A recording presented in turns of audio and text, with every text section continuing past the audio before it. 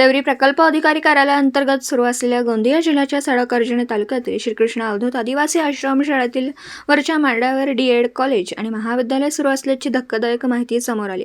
या संदर्भात देवरी प्रकल्प अधिकारी विकास राचेलवार यांना विचारणा केली असता मला आताच या संदर्भात माहिती मिळाली असल्याचं प्रकल्प अधिकारी विकास राचेलवार यांनी माध्यमांना सांगितलं। त्यामुळे पालकमंत्री धर्मराव बाबा आत्राम यांच्या जिल्ह्यात आदिवासी आश्रमशाळेत शिक्षण घेणारे विद्यार्थी सुरक्षित आहेत का असा प्रश्न निर्माण झाला। तर 2 महिन्याआधी याच शाळेतील मुख्याध्यापकाने 10वीच्या वर्गात शिकणाऱ्या मुलीला आपल्या ऑफिसमध्ये बोलावून अश्लील चाळे केले असता याच शाळेत शिकणाऱ्या एका मुलाने याचे फोटोग्राफ काढून सोशल मीडियावर व्हायरल केले। घडलेल्या प्रकाराबद्दल याच शाळेत शिकणाऱ्या इतर मुलामुलींनी याची लेखी तक्रार प्रकल्प अधिकारी विकास राचेलवार यांच्याकडे केली असता प्रकल्प अधिकाऱ्यांनी देवरी प्रकल्प कार्यालयातील 3 महिला अधिकाऱ्यांची एक चौकशी समिती गठीत करून चौकशी केली असता या समितीने शाळेत जाऊन चौकशी केली। असा कुठलाही प्रकार या शाळेत घडला नसल्याचा अहवाल प्रकल्प अधिकाऱ्यांना सादर केला होता।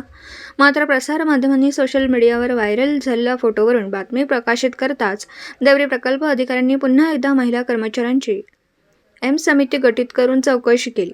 शाळेतील मुख्याध्यापकाने पीडित मुलीला या संदर्भात वाच्यता केल्यास 10व्या वर्गात परीक्षेत नापास करण्याची धमकी दिली अशी माहिती तपासात समोर येते। पीडित मुलीने पोलिसांत धाव घेतली, तक्रार दाखल केली असता आरोपी मुख्याध्यापकाला पोलिसांनी अटक करत गुन्हा दाखल केला। मात्र चुकीचा अहवाल देणाऱ्या महिला कर्मचाऱ्यांवर प्रकल्प अधिकाऱ्याने कुठली कार्यवाही केली नाही। या संदर्भात विचारणा केली असता महिलांच्या अहवालाची चौकशी करण्याची माहिती अप्पर आयुक्त कार्यालयाकडे केली असल्याची माहिती प्रकल्प अधिकाऱ्यांनी माध्यमांना दिली। जो महिलांचा अहवाल आम्ही दिलेला होता त्याबद्दल आम्ही अप्पर आयुक्त कार्यालयाला सूचना दिली की या महिलांची कमिटी गेली होती, त्यांना असा त्यांच्या अहवालामध्ये त्यांना असं आढळून आलेलं आहे। त्यामुळे सदर महिला कमिटीची आपल्या कार्यालयाद्वारे चौकशी करण्यात यावी असं पत्र आम्ही अप्पर आयुक्त सरांना दिलेलं आहे। तर आदिवासी विद्यार्थ्यांना गुणवत्तापूर्वक शिक्षण देता यावं म्हणून आदिवासी विकास विभागातर्फे निवासी आश्रम शाळा तयार करण्यात आल्या। तर या शाळांची संपूर्ण जबाबदारी सहाय्यक प्रकल्प अधिकाऱ्यांकडे असते। महिन्यातून एकदा शाळेत जाऊन विद्यार्थ्यांचा शैक्षणिक अहवाल, विद्यार्थ्यांना शाळेत पुरवण्यात येणाऱ्या सोयीसुविधा बरोबर आहेत की नाही हे तपासणं याची जबाबदारी सहाय्यक प्रकल्प अधिकाऱ्यांना देण्यात आली अशी माहिती प्रकल्प अधिकारी विकास राचेलवार यांनी दिली। मात्र सहाय्यक प्रकल्प अधिकारी विजेंद्र मेश्राम यांनी आपली जिम्मेदारी पार पाडली का असा प्रश्न या निमित्ताने उपस्थित होतोय। आता जवळपास प्रत्येक महिलांनाच आमचे सहाय्यक प्रकल्प अधिकारी वगैरे चौकशीला जात असतात। त्यांनी ही बाब निदर्शनास आणून द्यायला पाहिजे होती, पण अद्यापर्यंत निदर्शनास आली नाही। का बरं निदर्शनास आली त्याचा खुलासाही त्यांना मागवण्यात येईल।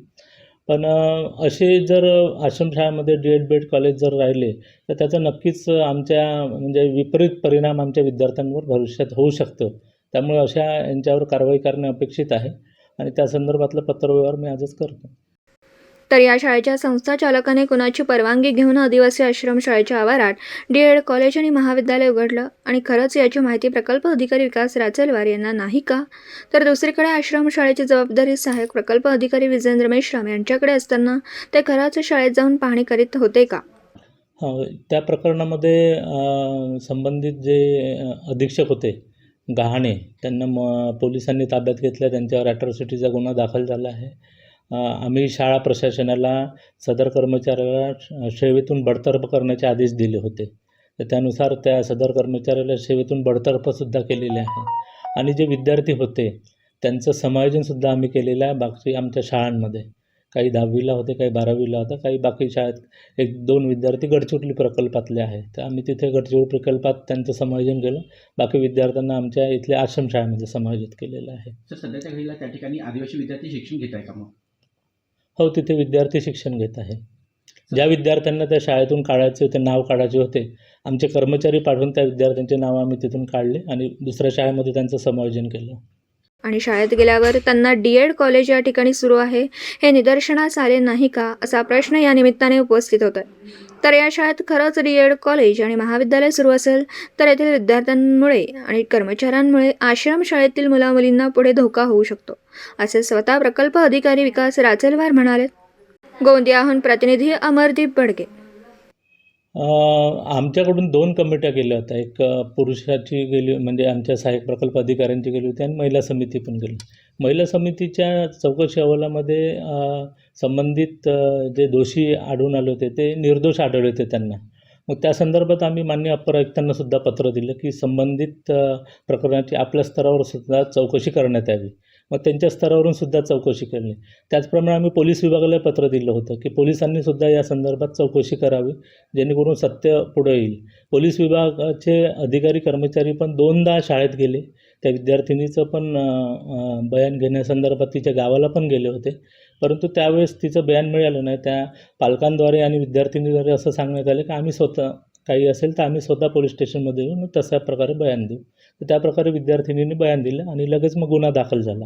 नमस्कार N24 मराठीमध्ये आपलं स्वागत. पाहूयात आजच्या विशेष घडामोडी.